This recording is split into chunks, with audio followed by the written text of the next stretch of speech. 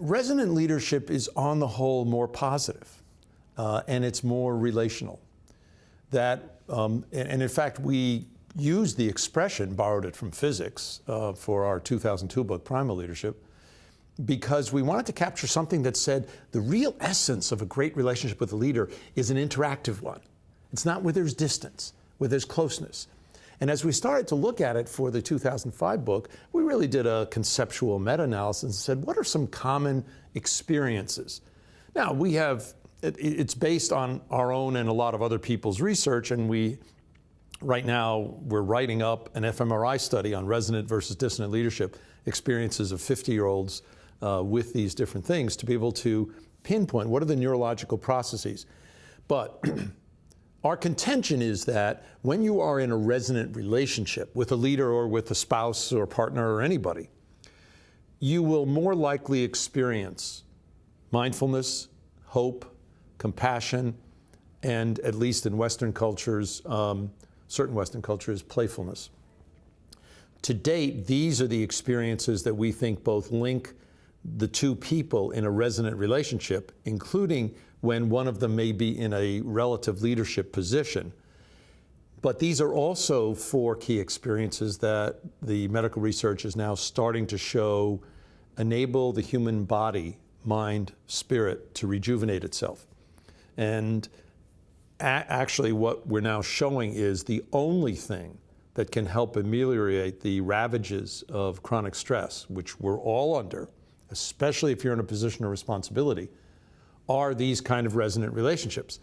And yet so many things we encounter in life and in our organizations pull us apart from that. And in fact, Annie McKee and I titled the chapter 3 of the Resonant Leadership book, Dissonance is the Default, because we think that basically when a person is trying to do their work in their life in today's conditions, the stress gets to you. And it's not the acute stress. It's not like, oh my God, there's a product recall. It's the annoying stress, like the computer doesn't boot up fast. It's the sum total of that every day, day in, day out, that drags you down. And we are now starting to show with some of the research on different approaches to coaching, that when you coach somebody toward things that they should be attending to. So we gave 2 30-minute coaching sessions to college sophomores, one to what we call the positive emotional attractor, one to the negative. The positive emotional attractor, 30 minutes. Tell me what your life would be like in 10 years to 15 years if everything were absolutely perfect. And how did your experiences at Case Western Reserve possibly help that? The negative emotional attractor, which happened the next day, or vice versa on random assignments, was not all that negative.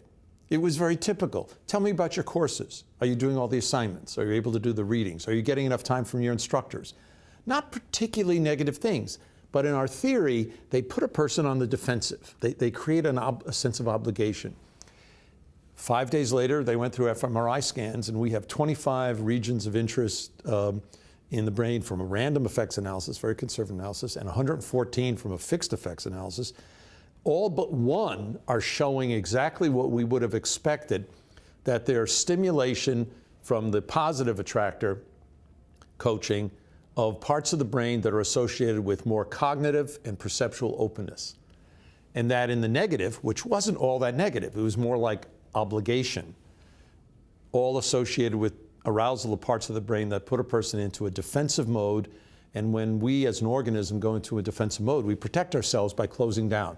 We close ourselves perceptually, emotionally, and cognitively. So one of the things that we're suggesting is that, for example, in coaching, a lot of people feel it's very important to give people data. I want to show you the real thing of how you're coming across. I mean, I was in the consulting field on and off since the late 60s, and one of the things people did, even in the late 60s, is give 360 feedback or assessment centers.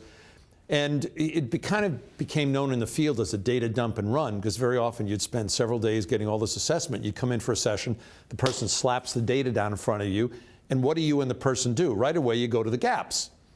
And the assumption is that if we work on the gaps, we'll be more efficient in helping you proceed. Well, our data is now confirming what we suspect, that as soon as you focus on the data, people are socialized to protect themselves. So they'll look for the gaps. As soon as they look for the gaps, they start to close down. So you actually are then coaching people into a state of cognitive impairment. And yet, there are entire multi-billion-dollar parts of the coaching industry that are focused on this issue of give people the data and help them work on their weaknesses. And our contention is that while that's an important part of the process, if you do that first, you'll never get to somebody considering the possibilities. You'll never get to the sustainable effect. I mean, it's very similar, and it overlaps to some extent with what Barbara Fredrickson has done, with other things that Ed Deci has done, certainly Bob Keegan.